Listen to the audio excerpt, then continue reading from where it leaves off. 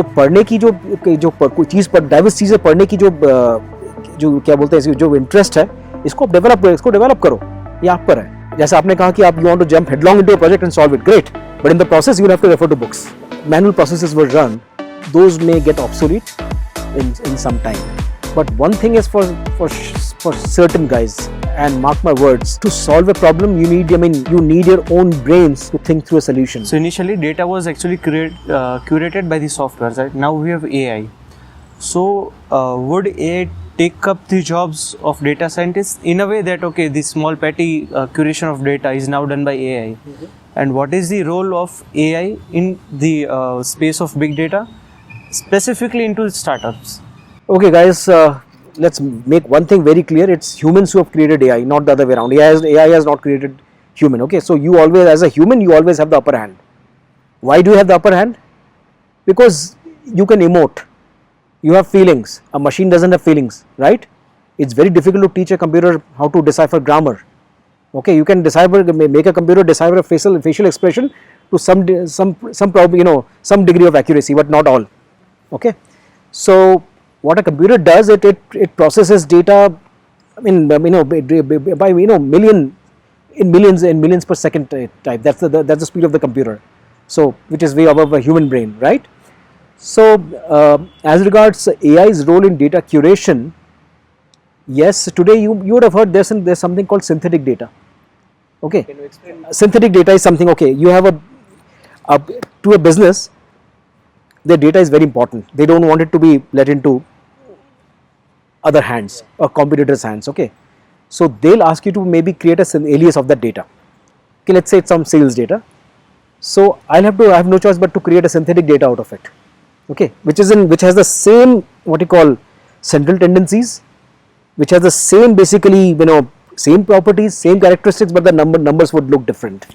Okay, they won't trust this real data to get into somebody's hand. So this is synthetic data. Synthetic data can be created out of basically columnar data, out of textual data, out of any kind of data. So that's AI's contribution to data creation and curation, of course. Okay. Sometimes it may have been, have you heard of digital twins? Yeah. Digital twins, so digital twins there's a digital twin essentially exemplifies a real life equipment and its digital alias. You don't have the real life equipment, but you should have understanding of the condition that it works in, specific conditions it works in, and then you simulate it. So you create synthetic data. The digital twin makes synthetic data available to you for basically quick and dirty analysis. A quick and dirty analysis is also analysis, mind you. All right. So there are a whole lot of ways in which AI is getting into data curation, and with the advent of open AIs, it's also being made available to people's mouse tips or fingertips. So yeah, this will go on, and this will create disruption. But how sustainable is this disruption is to be seen, but the signals are very promising so far, and it can also render the possibly jobs like where manual curation or manual processes were run, those may get obsolete in some time. But one thing is for certain guys, and mark my words, to solve a problem you need your own brains to think through a solution. You need to read about the domain. A chat GPT can get you the some domain knowledge, but the thinking through it will not do for you, right? Thinking through a problem, ideation through data, what are the likely data for this problem statement, what should you be doing, all of that is the output of the human brain. A computer can't do anything about it. So creative problem solving is something where smart people like you will always be engaged. That is, if you have the knack for it, and the machine will always aid your decision making. Okay, but it won't solve the problem for you. It can run a model for you, but the problem solving begins here. Okay, and you have to have the heart to solve a problem. To build a solution is a heart centric as well as a cognitive process. Mark my words. That was a quotable thing, right? We should actually quote it. Right. Working in a startup, leading the team of whole techies, right? You must have really good tech guys with you. Oh yes. Then what do you feel about that? That okay, where is India's startup space lying in the tech race? That how is the talent coming, and what do you see the future of them? Okay, so that's a very, I would say, very timely question. So while India is churning graduates cheaper by the dozen, but 85% of them are unemployable. Sad but true. So, but despite that, there are some institutions that that have kept its spark of learning. The IITs.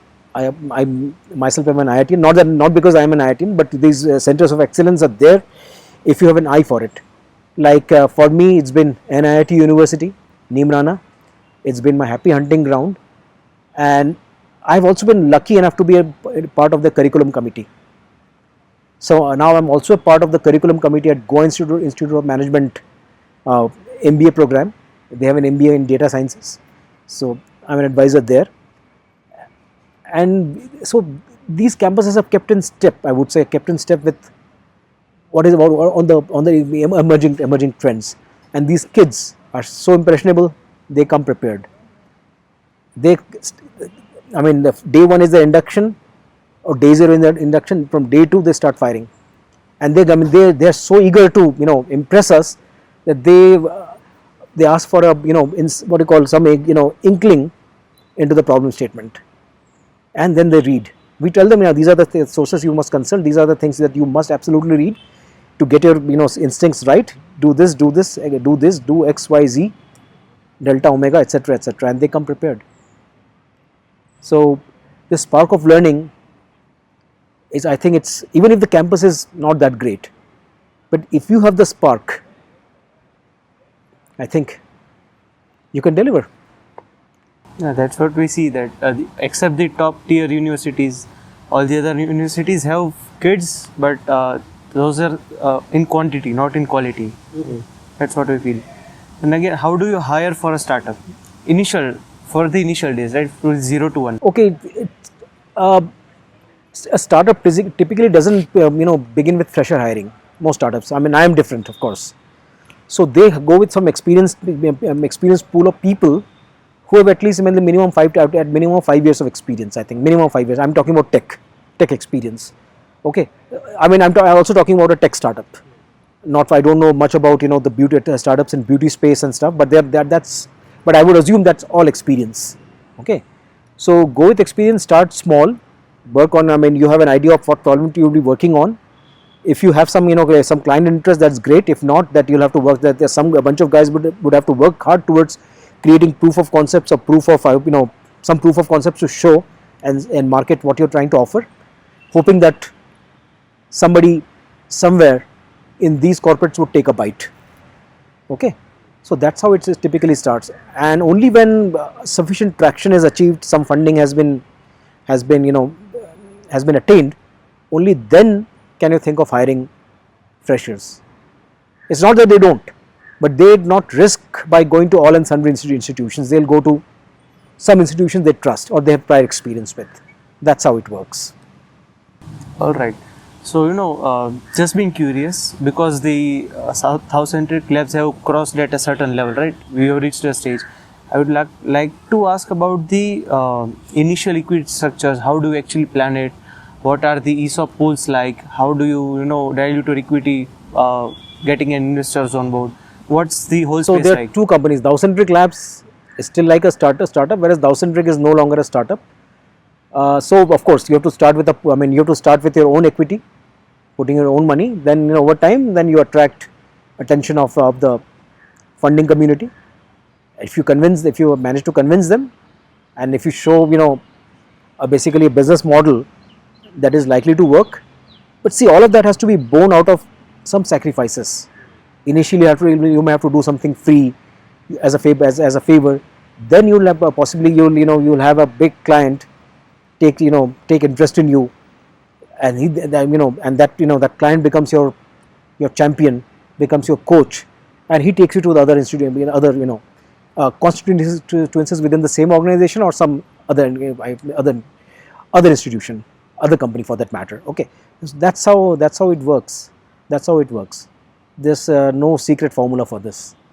You have to strive, you have to grind your ass, and and get audiences from people, prove a point, prove one point effectively, and I think 40% of the battle is won. Rest 60% is your commitment.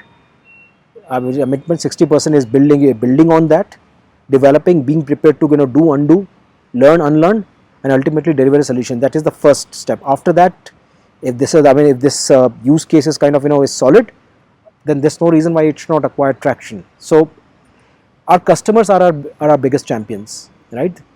If someone is leaving, let's say, company X and joins a company Z, he takes us with them. He takes us with him, right? So this equity building is also incumbent on a startup. Okay, you cannot just hide behind your tech skills and say ye kar diya, maine ye kar diya. That doesn't matter. You should have actually solved a problem, a burning business problem. Okay, that's how it works. All right. So, last two questions for the podcast. The first would be, can you suggest some Tex Tax which the startups must use so that they go for a long term? Tex Tax, Tex Tax would only apply to tech startups. Yeah. So, see, because I look for techies. So I'd really urge you to look at, take your software engineering very seriously. You have to have the core of software engineering is a must, and this should reflect in your coding prowess. So data science and allied skill sets can be acquired, okay, but it can only happen on a base of basically good software engineering skills or coding skills, if you will. So learn to code and code again and again, get the basics right. Then you can get into any line thereafter. If you want to get into database engineering, you can go there. If you want to get into visualization, you can get there. If you want to remain in core software engineering, plenty of scope. And if you want to move to data sciences, good, you already have a base. But if you come to me only with data, I've done some Kaggle competition and done some data science projects, I'll not even look at you. All right. So the core must be really strong. The core must be strong. You can learn anything, but the basics of coding must be really strong. The basics of your coding, learn your compilers well, learn your basically data structures very seriously. Okay, and then programming, at least one programming language is efficiency or efficacy in one programming language is a must. Typically you begin with C++ today, and then you begin with Java. Learn these well. If you learn this well, it's all about adapting to the syntaxes of other languages, a Python or a Julia, etc. All right. So now this would be the last question for the podcast, and apart from being the CTO, being a leader, when you are in your own space, and during this whole 6 years of journey of developing a whole startup and getting it acquired, right? There must be days when it must be low. Startups is all highs and lows. Of course, there are highs and lows, as in life, so in business.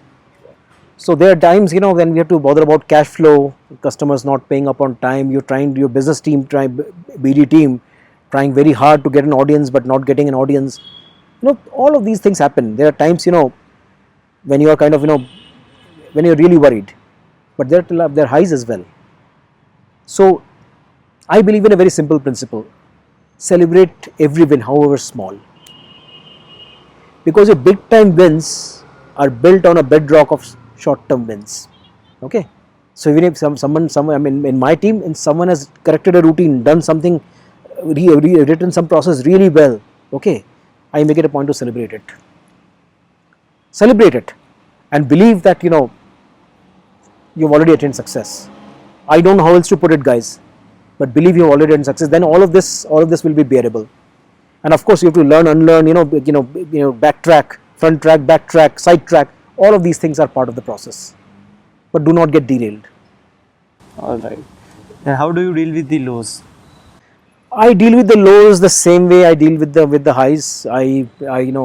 I've been practicing meditation. I work out every morning, except when I'm on holiday, of course. So you have to have other avenues also. Reading, carry on with your reading. Read from diverse subjects. If you read on tech, you'll be only confined to that. Read essays. Read religious scriptures, if you will. Read philosophy. So cultivate multitude of interests. Okay, and you'll be better off. So the wisdom that you obtain out of these other readings will hold you through in your tough times. Okay, and of course the support of your family, love and support of friends. There's no substitute to that. Can you suggest the top 3 books which you like? Guys, there are lots. Or any 3 scriptures? Okay, scripture. Okay, 3 books. I mean, lately, let me think what I've been reading. There's a book that I've been very fascinated with. As a Man Thinketh. Huh. Okay, and which are the other? Let me. I mean, as of now, I'm reading a book by Neville Goddard. It's called The Law and the Purpose. These are not tech books. And there was another book I finished some time back. It was called How to Think Like Leonardo da Vinci. Okay, so these tell you how to think differentially. Okay, so your core skills are there, but these are the few things. I mean, I'm a voracious reader. I cannot just reel out the names of books offhand, but these are the books that have really inspired me. But I'm sure the other books will come along too. Yeah, sure. So it was great having you on the show, sir. And please, we both are really open to criticism. We take it well. Just share your real experience. How did you feel on the show? I think it was great having you guys. Thanks for the opportunity. I must also thank you, and thanks for making the journey from Chennai all the way to Bangalore only for this. And I'm sorry, Rohak, I couldn't meet you earlier. Okay, but I really, but I was into something that really couldn't have been avoided. But I hope I made it off for that this time.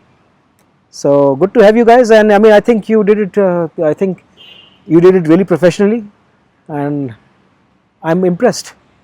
And I wish you success. I wish you luck in all your endeavors. Okay, so you saw students from IITs, Yeah. NITs. So just think of a normal student who took CSE from a local college. So what should he do to come up to that level of the tech and work up with all the levels of IITs and come to their level and acquire their knowledge? See, for talent is a talent. A talent cannot be hidden. But for you to have eye for this talent, this talent also has to make themselves available, right? So I get I get this request for internships. So sometimes I cannot pay for internships. Okay, so I mean but I'm happy to engage them on basically 2-month period. And if I like them, I don't reward them in cash, but I reward them in kind, like Amazon vouchers and stuff like that. So it's not that talent exists only in IITs. So IIT for talent is not the sole preserve of IITs and NITs. Okay, it's there there across. So Microsoft CEO went to Manipal, isn't it? Okay, so this tech talent. I mean, they need a lot of nurturing. They need to know what are the skill sets that are that really matter. I mean, how should I go about talking? How should I go about creating opportunities for myself? So, and very sad to say that in hinterland India there is talent, but they didn't have an early exposure to English. They still think vernacular. Nothing wrong about it, but our language of business is English. It's not Hindi or or vernacular, right? So they have to be good at their English. They have to make an attempt to be good at English. All right. I spoke with another tech person, and he said theory can only take us so far. This is a line of the movie actually, and he suggested a tech person should focus more on projects. Like practicing every day is fine, but building projects in a coding platform. Yeah. So what is your take on it? I think you should continue to do it. If you have the will, you have the knack, you should do these things and be part of these hackathons. Now there are hackathons, cheaper by the dozen, right? What's stopping you from attempting those hackathons? And in a spare time, read a lot of different stuff. All right, there's some advances in tech. What are people doing? So things that you are thinking, somebody would have already thought of it possibly, or maybe not. But it's good to kind of bounce off, be abreast of what's going on. And I had a habit of reading journals, tech journals, because when I had in IIT we had journals from all over. So I got a lot of ideas from those journals even for my BTech project. Okay, so make it a habit of reading, guys. There should not be any relent on it. Reading, practicing, building. Keep doing these things. Whatever you do, I mean, be it software, be it filmmaking, be it music, whatever. Just be at it. So it's only success is 99% perspiration, 1% inspiration or talent, if you will. And I firmly believe that. Okay, so I'll reframe the question. I think you didn't get it right. Both of us being in college, so our peers take up tech coding learning in two ways. So one is like they'll randomly start one project one day. Like I'll tell you, like me itself, I randomly started making a Telegram bot, and then I didn't know anything about it. He learned it through the project way. I learned it through the project way up. What is Django? Yeah.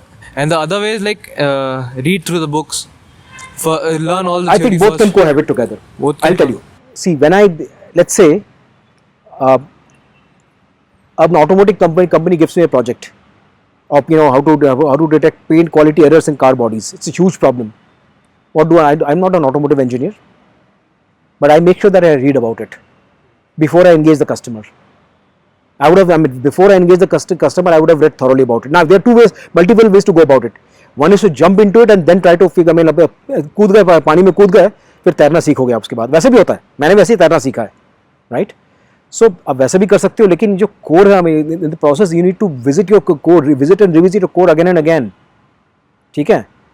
You jumped into it, it's great, but to be able to swim to the shore and come up and gasp for breath, you need to have the technique, right? You are in 50 feet, swimming in 50 feet deep water. वहाँ अगर if you lose your breath, you are fucked. ठीक है? So what will save you from not getting humped? It's your knowledge how to float, how to move sideways, how to move this way, that way. So all of this. So this comes from keep on reading. There's no relent to reading. Keep on reading. Your ideas will also come from reading, possibly, right? तो पढ़ने की जो कोई चीज़ पर diverse चीज़ें पढ़ने की जो क्या बोलते हैं, जो इंटरेस्ट है, इसको डेवलप करो. ये आप पर है. जैसे आपने कहा कि आप you want to jump headlong into a project and solve it, great, but in the process you will have to refer to books, right? उससे तो बच नहीं सकते आप. वही बात वही होगी, find inspiration in reading. Ideas मिलेंगे आपको, आइडियाज बतेरे मिलेंगे. ठीक है? I hope your audience understands Hindi. Okay. Thank you, guys. Thank you.